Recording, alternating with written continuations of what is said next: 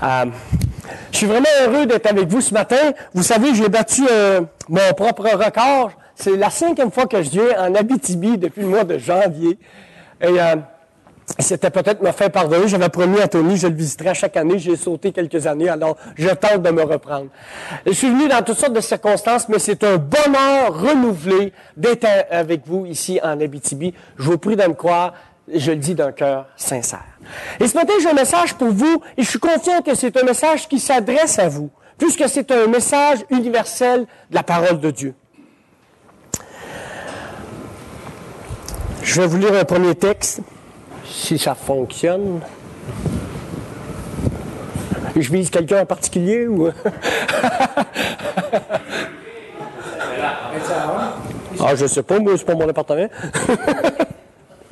Je suis vraiment pas technologique. Tony est témoin. J'ai essayé de faire mon PowerPoint et j'ai souffert beaucoup. Je suis...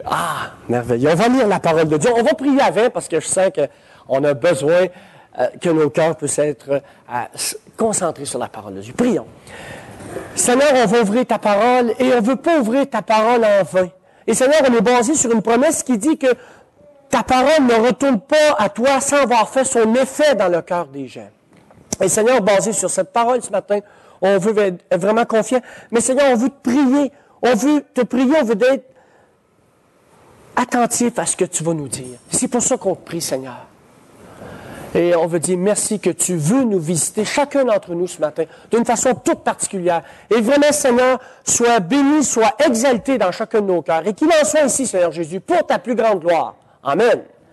Alors, nous allons lire la parole de Dieu dans Romains au chapitre 1er et au verset 7, il est dit « À tous ceux qui, à Rome, sont bien-aimés de Dieu, appelés à être saints, que la grâce et la paix vous soient données de la part de Dieu notre Père et du Seigneur Jésus-Christ. » Cette salutation, cette prière, ce vœu de Paul s'adressait aux Romains, mais s'adresse aussi à nous. Et j'ai fait une petite recherche, et j'ai réalisé que non seulement dans l'épître aux Romains, mais aussi dans le premier épître aux Corinthiens, dans le deuxième épître aux Corinthiens, dans l'épître aux Galates, l'épître aux Éphésiens, aux Philippiens, aux Colossiens, les deux épîtres des Thessaloniciens, Paul va faire la même adresse aux églises. Que la grâce et la paix soient avec vous, vous soient données de la part du Père et du Seigneur Jésus-Christ. Et moi, je crois que c'est pas un hasard que Paul fait cette adresse-là universelle à chacune des églises. Pas parce qu'il radote, mais plutôt parce qu'il saisit que c'est la plus grande des importances pour les églises auxquelles il écrit, n'est-ce pas? On a besoin, frères et sœurs, de la grâce, la miséricorde et la paix. Et pourquoi j'ajoute la miséricorde? Parce que, checkez bien ça, dans la parole de Dieu, dans l'épître à Timothée, et même dans les deux épîtres, Paul va leur dire à Timothée, mon enfant légitime à la fois, que la grâce, la miséricorde et la paix te soient données de la part de Dieu le Père et de Jésus-Christ, notre Seigneur. Et il va reprendre encore la même adresse dans le deuxième épître à Timothée. C'est comme si Paul en profitait pour préciser sa pensée.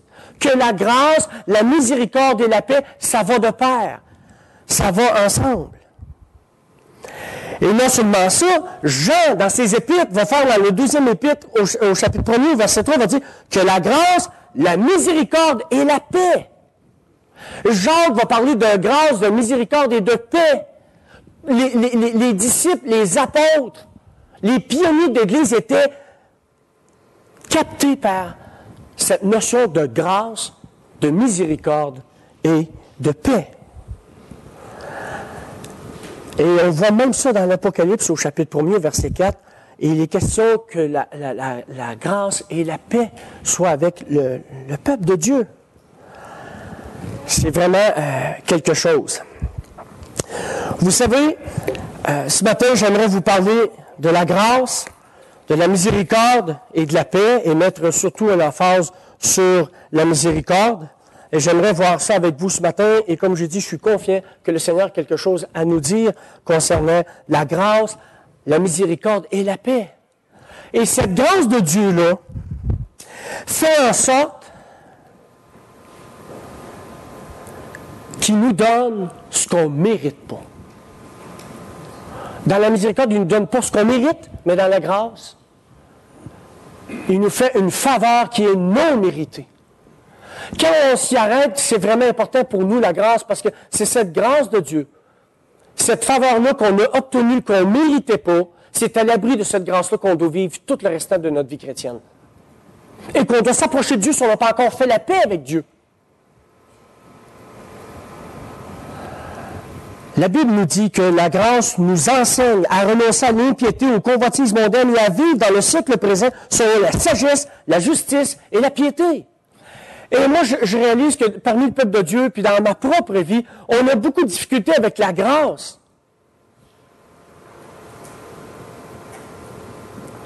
On abuse la grâce. Et quand on est en train d'abuser de la grâce, c'est une grâce à bon marché, c'est pas la grâce de Dieu. La grâce de Dieu nous pousse à la piété. Et non pas au laxisme. Vous savez, non seulement on abuse la grâce, malheureusement, c'est terrible cette chose-là, mais aussi on ne comprend pas tout à fait la grâce au point où on essaie d'obtenir la faveur de Dieu. Là, je ne suis pas en train de vous dire qu'on ne peut pas plaire à Dieu. Je suis en train de vous dire que ça ne sera jamais possible d'obtenir la faveur de Dieu. Puisque ce n'était pas possible d'envoyer Jésus-Christ pour qu'on obtienne la faveur de Dieu, vous et moi. On n'a pas besoin de la mériter, on l'a déjà en Jésus-Christ. C'est un peu comme les œuvres. Si on fait des œuvres pour être sauvé, c'est mal foutu notre affaire. Mais si on fait des œuvres parce qu'on est sauvé, c'est quelque chose. Et par rapport à la grâce de Dieu, c'est la même chose. Si on plaît à Dieu, c'est qu'on a obtenu sa faveur, et non pas pour l'obtenir. Vous comprenez la distinction? C'est la même chose qu'on peut faire par rapport à... J'ai 2 bouteilles d'eau, yes, c'est bon. Donc, la grâce de Dieu, qui est une faveur qui n'est pas méritée. Et j'ai une question pour vous ce matin. J'aurai une seule question. Selon vous, quelle est la caractéristique numéro 1 dans la parole de Dieu concernant Dieu? L'amour, c'est bon. Il y a d'autres éléments de réponse? Sa sainteté, c'est bon. Caractéristique de Dieu, oui. La miséricorde. Eh bien, vous misez juste, tournez avec moi dans Exode au chapitre 34, verset 5. Dieu va se présenter à Moïse, et là, il est question des tables de la loi et de tout, puis de cette révélation de Dieu, que Dieu parle à Moïse comme jamais il a parlé à personne avait, face à face, et voici comment il va se présenter à lui, voici comment qu'il veut que Moïse puisse se souvenir de lui. Et regardez bien, c'est Dieu qui parle. Référence, excusez, Exode 34, 5.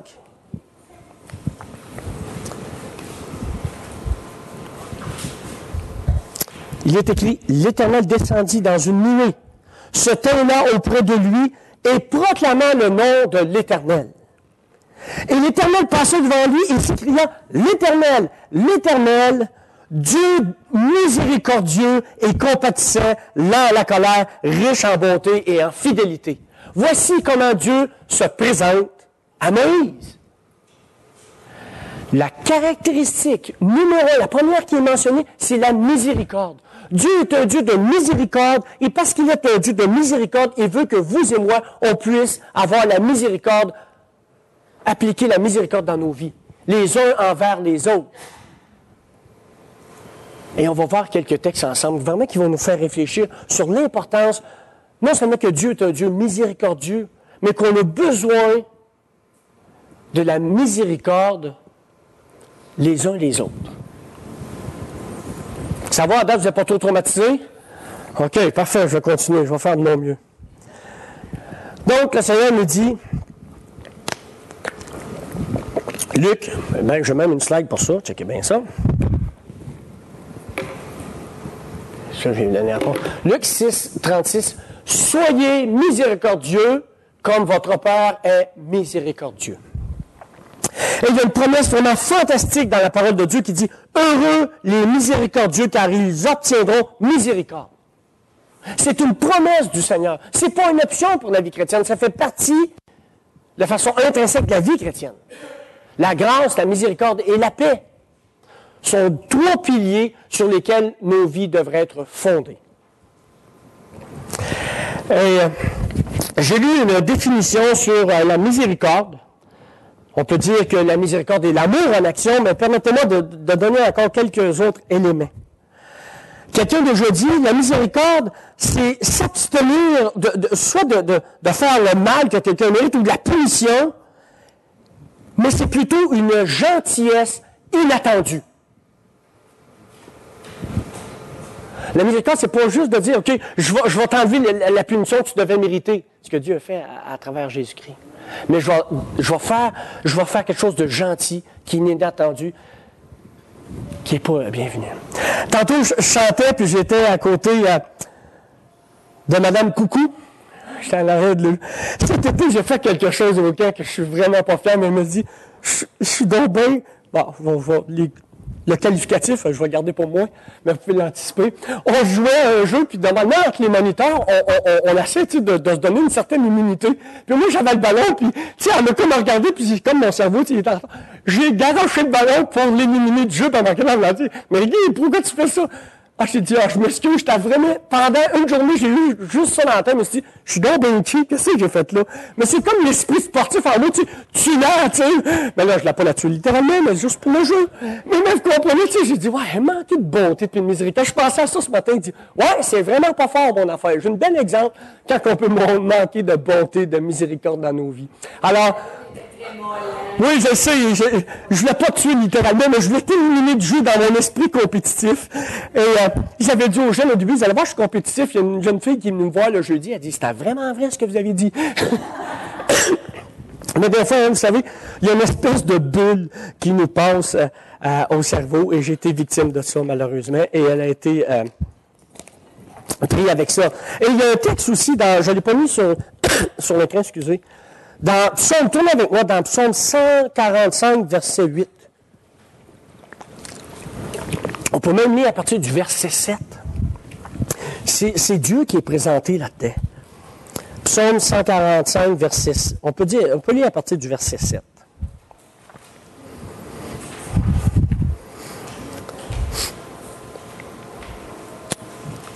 Il est question de la miséricorde de Dieu. Il nous dit, qu'on proclame le souvenir de ton immense bonté et qu'on célèbre ta justice. Verset 8, l'Éternel est miséricordieux et compatissant, lent à la colère et plein de bonté. L'Éternel est bon envers tous et ses compassions s'étendent sur toutes ses œuvres. Toutes les œuvres te loueront, ô Éternel, et tes fidèles te béniront. C'est ce que le psalmiste chante. Et dans une version anglaise, le psaume 145, au verset 8, c'est écrit « Dieu est un Dieu de miséricorde et de compassion qui est lent à la colère, mais qui est rempli d'un amour infaillible, indéfectible, si je peux traduire, malgré ma capacité limitée. » Mais c'est vraiment ça. Notre Dieu est un Dieu de miséricorde. Puis je sais, je dis ça, tu me dis, ouais, je sais, OK, Guy, next. Ça me fait penser, tu sais, dans la Bible, un moment donné, tu lis une affaire, il était aveugle de naissance, puis Jésus l'a guéri, next, ça va, un autre miracle, puis tu t'en vas, quand tu t'arrêtes, il me faut quelqu'un qui est aveugle, qui ne voit pas depuis sa naissance, qui se met à voir tout d'un coup, c'est vraiment un miracle, c'est vraiment quelque chose de spécial dans sa vie qui arrive. Mais nous, il semble qu'on est en train de banaliser les miracles, tous les faits dans la vie des gens.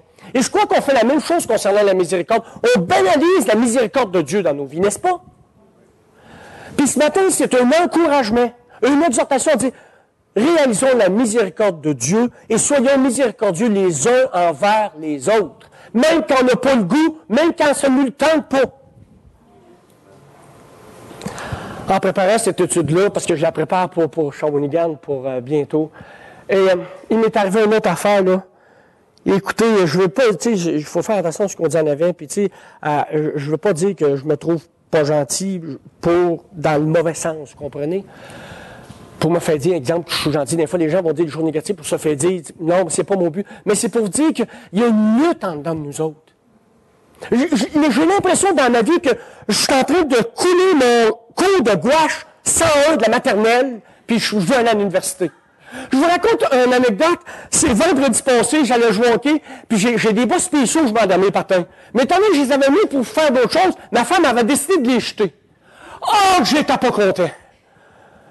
Puis là, tu sais, je me suis dit, tu sais, dans mon cerveau, il y avait comme deux hémisphères. Un côté du Guy, c'est des bas, capote pas. D'un côté, oui, mais c'est important en schmout. Puis là, tu sais, oui, mais là, tu sais, puis là, tu sais, il y avait une espèce de lutte. Avez-vous ce combat-là, vous? Tu sais, il y a comme, tu sais, c'est comme dans le petit comique, tu es là, ça va le prendre, là, tu dis, non, non, fais du bien. Tu sais, il y a comme une espèce de dualité mentale qui est difficile. Comme je vous dis, même si on est l'objet de la miséricorde de Dieu, on a de la misère à l'accorder aux autres. C'est comme la parole nous dit que quelqu'un devait une forte somme. Il lui a été remis la somme, on lui a pardonné, on a clairé sa dette, puis il va voir l'autre, puis toi, tu me dois 10 cents, puis ça presse, tu vas me le donner. On est comme ça. Moi, il m'a dit, il y a quelque chose qui ne marche pas dans notre cerveau. Ben, je vais vous dire, c'est le péché. Puis on est tous susceptibles d'être victimes du péché de notre nature charnelle. C'était vraiment terrible. Je me suis dit, je suis allé voir ma femme, j'ai dit, écoute, chérie, je te demande pardon, vraiment, j'étais fâché, mais c'est juste des bas. Mais c'était bien important. Vous savez, hein, c'est relatif. Alors, j'aimerais voir avec vous 5 marques de la miséricorde. Quand on manifeste la miséricorde, excusez, j'ai un chat, puis je pense que j'ai toute cette tribu dans ma gorge. Je m'étais amené une petite pastille, mais je pense que les garoches à terre. Mais c'est pas grave, je vais. Ah, ici. Vous avez rien vu? OK! Quand j'étais petit, je mangeais plus de sable que ça, puis regardez. Bon, ça a eu des séquelles, mais j'ai survécu. Tournez avec moi dans Colossiens, au chapitre 3, au verset 13.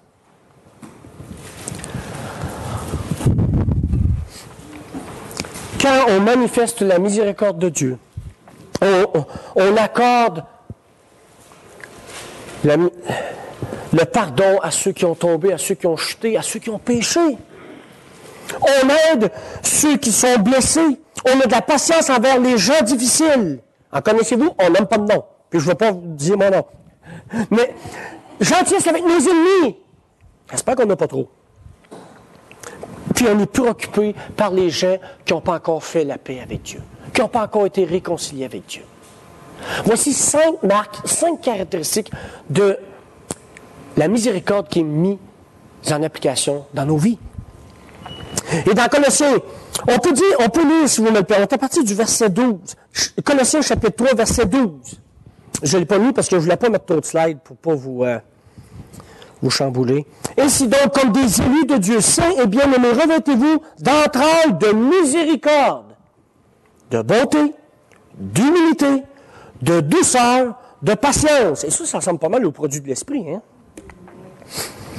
Supportez-vous les uns les autres, et si l'un a sujet de se plaindre de l'autre, que l'autre a jeté ses bas, pardonnez-vous réciproquement. C'est pas dans la Bible, mais je fais l'application. De même que Christ vous a pardonné, pardonnez-vous aussi.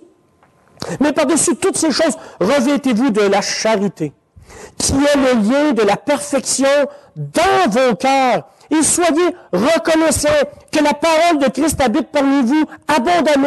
Instruisez-vous et exhortez-vous les uns les autres en toute sagesse par des psaumes, des hymnes, des cantiques spirituels, chantant à Dieu dans vos cœurs sous l'inspiration de la grâce. La grâce et la miséricorde et la paix, c'est intimement relié dans la parole de Dieu.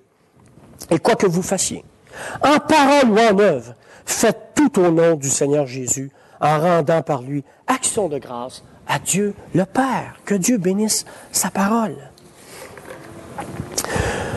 Un autre verset, Jacques chapitre 2, verset 12, il est dit, « Parlez et agissez, je n'ai pas besoin de tourner, je vais le citer, « Parlez et agissez comme devant être jugés par une loi de liberté, car le jugement est sans miséricorde pour qui n'a pas fait miséricorde. » La miséricorde triomphe du jugement.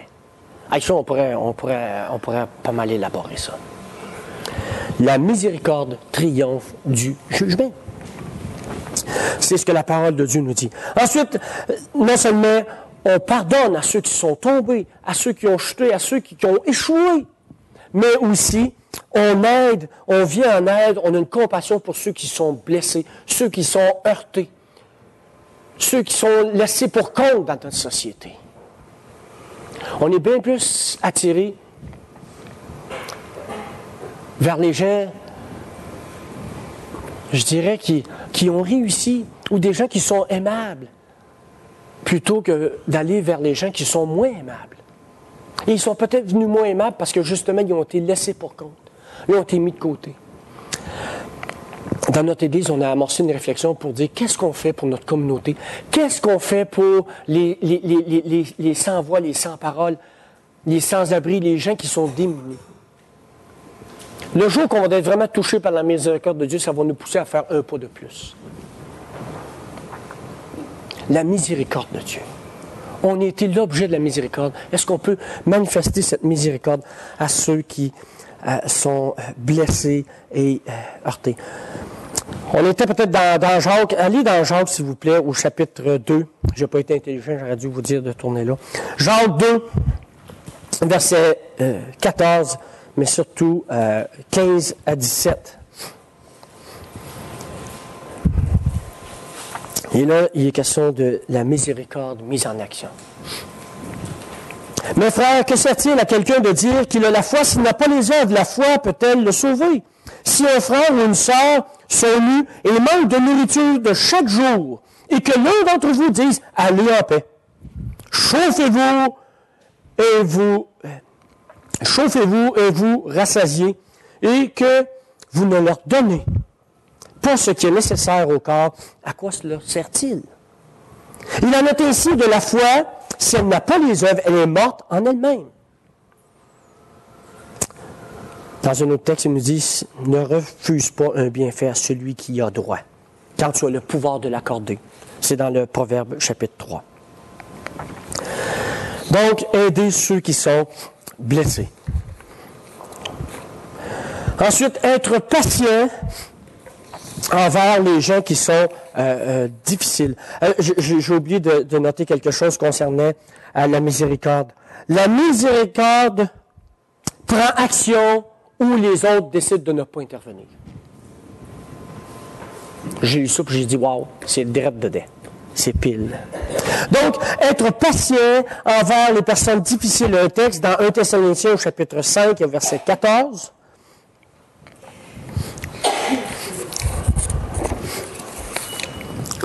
Il nous est dit, je pense, je l'ai-tu mis? Je ne l'ai pas mis? Non, on va revenir là. 1 Thessaloniciens chapitre 5, verset 14. Nous vous en prions aussi, frères. Avertissez ceux qui vivent dans le désordre. Consolez ceux qui sont abattus à supporter les faibles. Usez de patience envers tous. Prenez garde que personne ne vous rende, que ne rende à autrui le mal pour le mal, mais poursuivez toujours le bien, soit entre vous, soit envers tous. Pour vous et moi, c'est beaucoup plus facile de critiquer que de sympathiser avec les gens. N'est-ce pas? Il y a un réflexe en nous qui est plus fort que l'autre. Mais quand on est des enfants de Dieu et que l'Esprit de Dieu habite en nous, certainement qu'on peut changer de façon de voir les choses. Dans Romains chapitre 15, verset 7, « Accueillez-vous donc les uns les autres comme Christ vous accueillit pour la gloire. » Vous savez, des fois, c'est plus difficile avec certaines personnes. Bon, puis moi, je conviens qu'avec moi, ça peut être quand même assez difficile. Je suis un enfant turbulent. J'ai manqué d'oxygène au cerveau quand j'étais tout petit, fait que j'ai des séquelles. Mais je réalise que les anciens qui sont avec moi dans l'église, Gaétan et Fernet, ils sont vraiment miséricordieux envers moi. Ils sont vraiment gentils envers moi. Puis je vois qu'ils manifestent la vie de Dieu en eux et qu'ils manifestent le caractère de Dieu. Mais moi, eux doivent avoir beaucoup de misère avec moi, mais ils sont très gracieux. Ils veulent quasiment pas me le dire. En tout cas, c'est très, très... Bon, une seule façon qu'ils me disent, écoute, Guy, si tu vas prêcher à l'extérieur souvent, c'est bien, bien correct. Fait que là, je sens qu'il y a un petit message. Bon. Mais ils me l'ont pas dit ouvertement. Mais on a bien du fun. On se taquine beaucoup. Hein. Vous savez, entre les dirigeants, qu'on se taquine pour notre humour, c'est très, très bon signe. Mais dernièrement, j'ai été confronté à une situation au mois de mai. T'as confronté à quelques personnes, mettons que c'était difficile. Puis à un moment donné, bon, OK, on s'est parlé. Et là, je ne sais pas pourquoi, mais ça avait été difficile. Et le lendemain, c'est comme si ce homme m'avait comme électrocuté, puis il me dit, Guy, je veux que tu changes d'attitude. Et là, je change d'attitude et j'arrive au comité, puis j'avais eu même une méditation qui c'était super encourageant, c'était énergisant pour le groupe, tu sais, c'était « wow, regarde quel Dieu qu'on a, on y va, let's go, embarquer ». Puis ce que j'ai réalisé, c'est que dans la nuit, les autres personnes avaient changé d'attitude. On ne s'était pas parlé, puis Dieu fait le travail dans les deux. Puis, je vais vous dire, ça a changé. J'avais décidé, ben non, on va pas décider, on va le mettre ça autrement. Dieu m'avait convaincu d'accorder la miséricorde, me donner une puissance surnaturelle que je ne comprends pas. Puis j'étais capable d'accorder la miséricorde. Et ces gens-là ont été miséricordieux envers moi. C'était, les Anglais diraient, win-win situation. Et ça a changé la dynamique dans un aspect. Et je trouve vraiment que c'est fantastique, la miséricorde. La paix, le pardon. Vous savez, les anciens, peut-être des fois trop ça difficile avec moi, mais imaginez-vous, comme le Club Med, imaginez-vous 2 semaines, mais imaginez-vous 365 jours avec ma femme. Ben, pas 365 parce que je suis assez absent. Mais ma femme, elle est bonne envers moi, puis elle est miséricordieuse. Tu sais, mercredi soir, elle est venue me voir, puis elle me parlait avec une gentillesse. Tu sais, elle aurait pu me rembourser avec un 2x4, de dire, hey, toi, mon chaudron, tu sais, puis bon. OK? Mais ça me dit, Guy, tu trouves pas que t'en as un petit peu trop? Tu sais, avec une gentillesse, ça me parlait plus que ça m'avait frappé. Mais je vois ma femme, on a une joie d'être ensemble, et les périodes les plus intenses que j'ai eues avec ma femme, c'est suite à des chicanes. Ça les fout, hein? D'être capable de dire, chérie, je te demande pardon. Puis elle de dire, écoute, c'est correct. Je vais vous dire, là, j'ai eu les plus beaux feux d'artifice. On va parler en... Puis j'ai dit à ma femme, tellement que c'est tellement bon, la réconciliation. Quand on accorde la miséricorde aux gens, la grâce et la paix est instaurée. Je dis à ma femme, on est dû pour une grosse chicane. C'est tellement bon quand on le vit, mais on ne veut pas le vivre. On est à des années de ça. Non, on ne comprend pas, tu sais, puis regarde, c'est d'autres d'affaires. Mais on gagne tellement à accorder de la miséricorde aux gens, à accorder la grâce aux gens, à accorder le pardon. Je veux prier d'un quoi, je le dis d'un cœur sincère. Puis c'est vrai, il n'y a rien de... Je me souviens même, une fois, on avait eu, ça c'était en 2001, on avait eu de la misère en soda. Puis il y a quelqu'un qui a fait quelque chose, c'était vraiment pas gentil, je vous le dis, là, je vous épargne les détails. Puis il est amené nous voir. Puis il avait demandé pardon. Et Soda m'a boit de l'eau.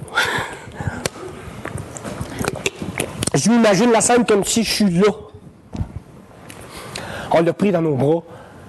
On a pleuré, oui. Mais on l'a pardonné, puis il était tellement content, puis on était tellement content. Même, je me souviens, la frère dit là, tu m'as pardonné, mon frère, telle affaire. Non, mon frère. On va t'expliquer de quoi tu es pardonné. Oui, mais dans une conséquence, non. Il n'y a rien à faire. Oui, mais ils m'ont dit. Non, qui t'a dit ça? Ils m'ont dit, tu me feras marcher à genoux, jusqu'à, tu sais, nous, on a l'oratoire à Saint-Joseph, on a une coupe de patente, tu peux marcher à genoux. Non! Tu es pardonné. Ah, la joie, là. Bon, je ne fais pas de difficulté dans mon église pour le vivre, là, mais vous comprenez? La joie qu'on peut ressentir quand le pardon, la grâce et la miséricorde sont mises en application dans nos vies. Il n'y a rien de plus beau que ça. On goûte le divin. C'est ce que je crois encore. Je suis peut-être fou, mais je suis heureux dans ma folie. La gentillesse envers nos ennemis. Ce matin, j'étais avec Nathalie, prier pour elle, elle s'est barré le dos, solide. Puis, elle lisait une méditation qu'elle avait trouvée dans, je ne sais pas quelle, dans sa méditation quotidienne. Puis, il était question de manifester de la gentillesse. Quand le Seigneur dit « aimez vos ennemis », nous autres, on dit « regarde, non, Seigneur, tu ne comprends pas, lui, c'est mon ennemi, moi, tu ne comprends pas, je veux que tu l'aimes. » Puis, ça racontait l'histoire de David, qu'il y a eu non seulement des gens difficiles avec lui, mais il y a eu des ennemis. Ça y est, là, quand il a tiré 2 fois à lance, là, tu sais, moi, ça ressemble plus à un ennemi dans ma vie qu'un ami. Et ce qui est arrivé par après, mais de voir comment David a manifesté une bonté et une miséricorde. Et c'est un homme au cœur selon Dieu. Il manifeste le cœur de Dieu. Et vous et moi, on est invités à manifester le cœur de Dieu les uns envers les autres. D'aimer nos ennemis. J'ai réalisé que j'étais sauvé le 7 mai 1981, 5h-5, quand le premier réflexe que j'ai eu par rapport aux gens qui sont perdus, j'aime pas dire ce thème-là parce que je veux pas d'être, je sais pas comment dire ça, mais ceux qui croient pas, mais quand j'ai réalisé le privilège que j'avais, là, j'ai eu le premier réflexe, j'ai voulu prier pour que le salut, pour que le gars qui m'avait pété la gueule dans un autobus, qu'il soit sauvé. Je pense à lui avant ma famille, tu sais, c'était ingrat, je m'en confesse, mais pour vous dire comment mon cœur était transformé. Et ce gars-là m'avait humilié. C'est vrai, je l'avais cherché, là. Elle avait niaisé vraiment avec la porte. Écoute, tu peux pas être plus colon que ça. Mais j'ai pensé à lui. Je vous le dis, j'ai pensé à lui.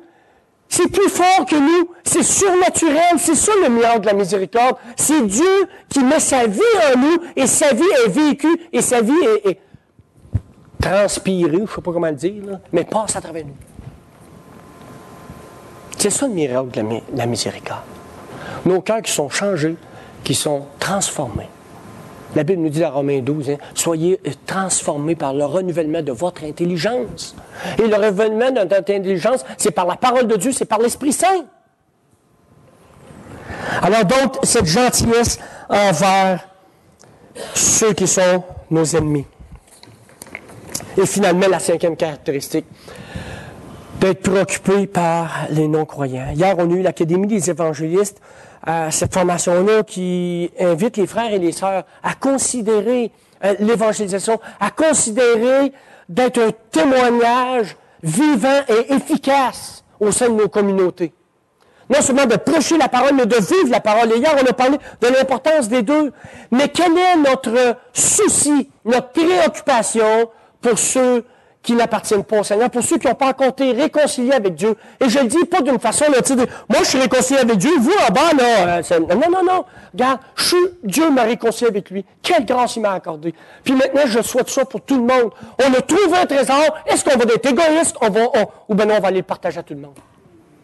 Puis, je vous prie de me croire, frères et sœurs, chez nous, on lutte partout dans la province de Québec. J'en visite pas mal d'assemblées, là. Dans les années, j'en ai visité plus que 5. Fait que, tu sais, je vois un peu ce qui se passe. On a perdu l'emphase sur notre mission première en tant qu'Église, pas en tant que croyant. On fait de l'évangélisation quand ça nous tente, puis on a le temps. Puis c'est très rare que les deux astres sont réunis. Mais les choses changent. Par la grâce de Dieu, il y a un mouvement qui s'est instauré dans notre Église, puis je bénis le Seigneur pour ça. C'est pas l'œuvre d'un homme, c'est l'œuvre de Dieu. On est plus présent dans la communauté. On a une douzaine de sorties dans l'année dans la communauté. Puis je ne dis pas, comprenez-vous, pas de la mauvaise façon, mais de dire que Dieu peut transformer, peut faire en sorte que cette mission-là devienne plus prioritaire dans nos églises. C'est dans ce sens-là que je dis. Je ne dis pas pour qu'on se glorifie à notre église, juste pour dire qu'il peut y avoir du changement, il peut y avoir du progrès. Puis moi, j'aime entendre quand Dieu fait des choses dans la vie des autres, ça me donne espoir qu'il peut le faire en moi aussi, n'est-ce pas? C'est ça le but qu'on est tous ensemble. S'édifier les uns les autres, s'encourager les uns les autres. La Bible nous dit dans 2 Corinthiens, on va tourner s'il vous plaît, 2 Corinthiens chapitre 5.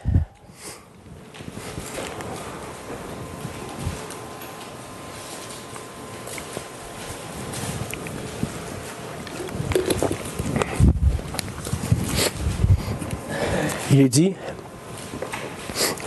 peut-être les 2 Corinthiens 5, 17. Si quelqu'un est en Christ, il est une nouvelle créature. Les choses anciennes sont passées. Voici, toutes choses sont devenues nouvelles. Et tout cela vient de Dieu qui nous a réconciliés en lui par Christ et qui nous a donné le ministère de la réconciliation. Car Dieu étant en Christ, réconciliant le monde avec lui-même et n'imputant point aux hommes leur offense. Le Seigneur ne donne pas ce qu'on mérite. Et il a mis à nous la parole de la réconciliation. Nous faisons donc les fonctions d'ambassadeurs pour Christ comme si Dieu exhortait par nous. Nous vous en supplions, au nom de Christ, soyez réconciliés avec Dieu. Celui qui n'a point connu le péché, il l'a fait devenir péché pour nous, afin que nous devenions en lui justice de Dieu. On peut avoir la paix parce qu'on était réconcilié avec Dieu. J'aimerais parler avant de parler de la paix, parce que j'ai parlé de la grâce, de la miséricorde, je voulais vous parler de la paix, mais avant, j'aimerais rappeler 3 motivations pour être miséricordieux dans nos vies. Et le premier, c'est parce que Dieu, je dois être miséricordieux parce que Dieu est miséricordieux. Le deuxième, je vais aller plus vite. À quelle heure je finis? À 11h30? Parfait, on va finir à 1h30, checkez bien ça. Pour ceux qui veulent aller à la plage, on finit de bonne heure.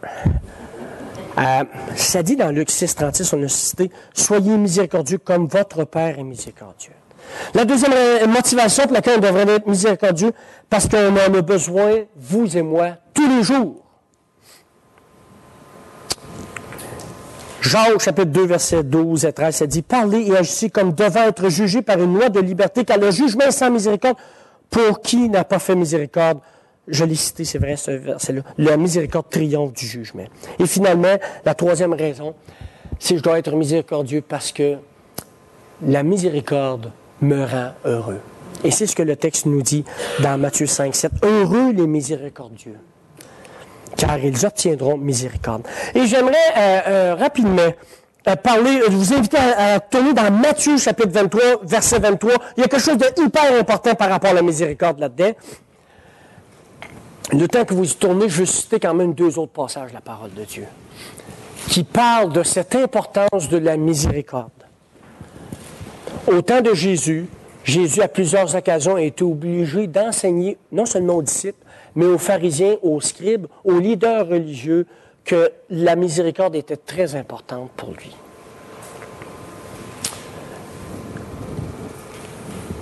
On va lire ça. Je peux peut-être citer Matthieu 9, 13, où il est question de Jésus qui rencontre Matthieu, le péager.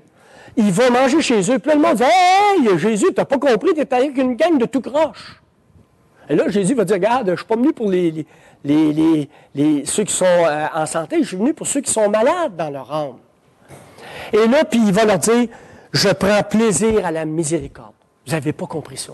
Et après ça, quand les disciples ils sont dans un champ, sont en train de prendre des épis parce qu'ils ont faim, le monde dit « Hey, ils sont en train de travailler le jour du sabbat. » Là, Jésus est en train de les informer, il dit « Regarde, là, on va expliquer de quoi. Le sabbat est pas fait, l'homme n'est pas fait pour le sabbat, c'est le sabbat qui a été donné à l'homme. » Et là, encore là, va leur rappeler la miséricorde. Et là, dans Matthieu chapitre 23, verset 23, il faut que je vois le contexte. Permettez-moi de trouver ça rapidement. Là, il était, les gens, si tu joues telle affaire, tu voyais que les pharisiens avaient de l'importance sur des choses plus que d'autres, par rapport les signes, les choses que Dieu leur avait données. Au verset 23. « Malheur à vous, scribes et pharisiens, hypocrites, parce que vous payez la dîme de la menthe, de la lettre et du cumin, et que vous laissez ce qui est le plus important dans la loi. » Vous savez, il y a des chrétiens, tout est important. C'est vrai que tout est important, mais Jésus met l'emphase sur un certain nombre de choses. Quand on nous dit, c'est quoi qui est la plus grande affaire? Il dit, regarde, on va vous résumer 10 commandements. Tu aimeras le Seigneur ton Dieu de tout ton cœur, de toute ton âme, de toute ta force, de toute ta pensée, et ton prochain comme toi-même. Bingo, tu es en business. Jésus a rappelé ce qui était le plus important, l'essence de la loi, qui est l'amour. Et là, il va dire au verset 23, que vous laissez ce qui est le plus important dans la loi. C'est quoi? La justice, la miséricorde et la fidélité. C'est là ce qu'il fallait pratiquer sans négliger les autres choses. Dieu est en train de nous dire la chose la plus importante, ou les 3 choses les plus importantes. La justice, la miséricorde et la fidélité. C'est pas moi qui le dis.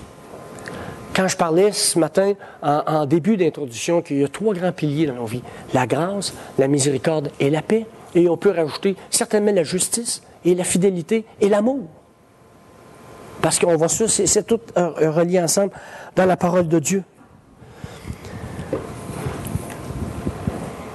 Comprenez, dit le Seigneur, que je prends plaisir à la miséricorde. Est-ce qu'on peut comprendre ça ce matin? Et finalement, j'aimerais dire quelques mots sur cette paix qu'on a avec Dieu, cette paix de Dieu.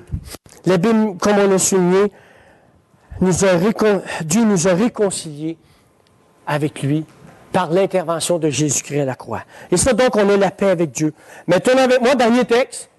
J'entends quasiment des amens, mais quand même. Philippiens chapitre 4, verset 6, qui nous parle de la paix. Non seulement que de la paix qu'on peut avoir avec Dieu, de la paix de Dieu et du Dieu de paix qui veut être avec nous. Il a promis qu'il serait avec nous, mais nous, on ne prend pas conscience de sa présence. Philippiens chapitre 4, verset 6. Ne vous inquiétez de rien, mais en toute chose, faites connaître vos besoins à Dieu par des prières, des supplications et des actions de grâce. Et la paix de Dieu qui surpasse toute intelligence gardera vos cœurs et vos pensées en Jésus-Christ.